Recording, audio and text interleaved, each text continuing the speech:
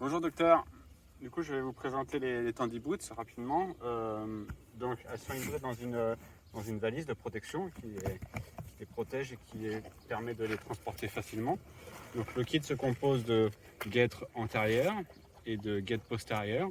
Vous avez aussi tout le nécessaire pour pour recharger les guêtres, le chargeur. Donc à savoir que les guêtres à l'intérieur, il y a des capteurs et que les guêtres se rechargent via le petit port USB ici. Il n'y a pas le bouton on-off, elles sont toujours activées et elles s'activent automatiquement quand vous les mettez sur le cheval. Dans la valise, on retrouve un petit mètre ruban qui permet de mesurer la circonférence des membres pour s'assurer qu'ils sont identiques entre gauche et droite. S'il y a un engorgement, il faut qu'on en ait conscience, donc ça va impacter les mesures. Donc je vais vous montrer comment on fait sur le cheval. Donc c'est assez rapide, on prend à peu près à mi-canon. On regarde la circonférence et on fait de même sur l'autre membre. Et sur les postérieurs, même principe, à peu près à ce niveau-là, juste au-dessus du boulet. On prend la mesure et on reporte aussi de l'autre côté. Concernant la pose des guêtres, là encore une fois c'est très simple. Je vais prendre une antérieure, une postérieure pour vous montrer. Donc il y a des attaches rapides. L'important donc sur les postérieurs et sur les antérieurs, l'important c'est de mettre les mêmes attaches à gauche et à droite. Donc pour les antérieurs, ça se met comme des guêtres classiques. Ouais. Tac, tac. La guêtre elle est posée, elle est prête à être utilisée. Et pour les postérieurs, idem.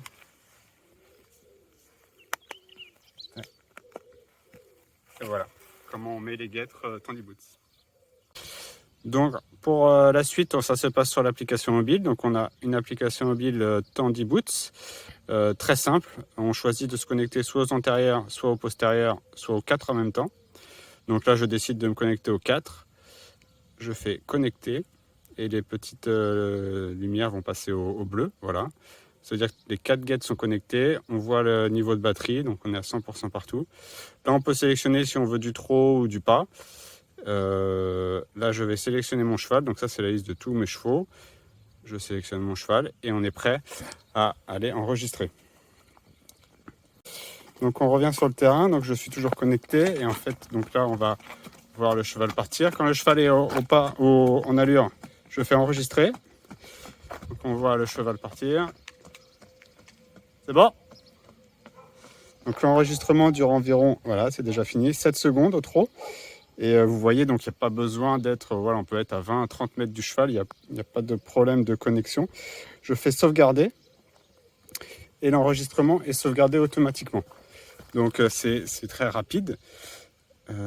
Si je retourne après sur ma liste des enregistrements, donc là on voit qu'il est en cours d'analyse. En cours d'analyse, je recharge la page.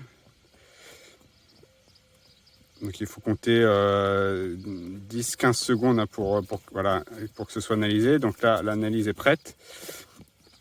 Donc je regarde les résultats. Et voilà le type de résultat qui s'affiche. Donc là, on va voir que sur le membre droite, il a légèrement plus de temps de poser et une force d'impact et de poussée environ 10% plus forte qu'à gauche. Tandis que son membre gauche est un peu plus rapide quand il est en l'air. Et sur les postérieurs, ça va être les mêmes informations. Donc on retrouve le temps de poser, la vitesse du membre en déplacement, la force d'impact et la force de poussée, qui se comparent en pourcentage en fait. Donc voilà pour... Et si on veut faire une comparaison, voilà, on a un petit graphique historique qui nous montre comment le cheval évolue au fur et à mesure des enregistrements qu'on fait.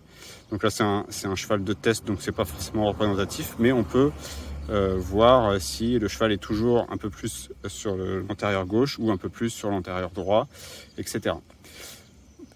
Donc voilà, c'était une rapide présentation des guêtres et comment on les utilise sur le terrain.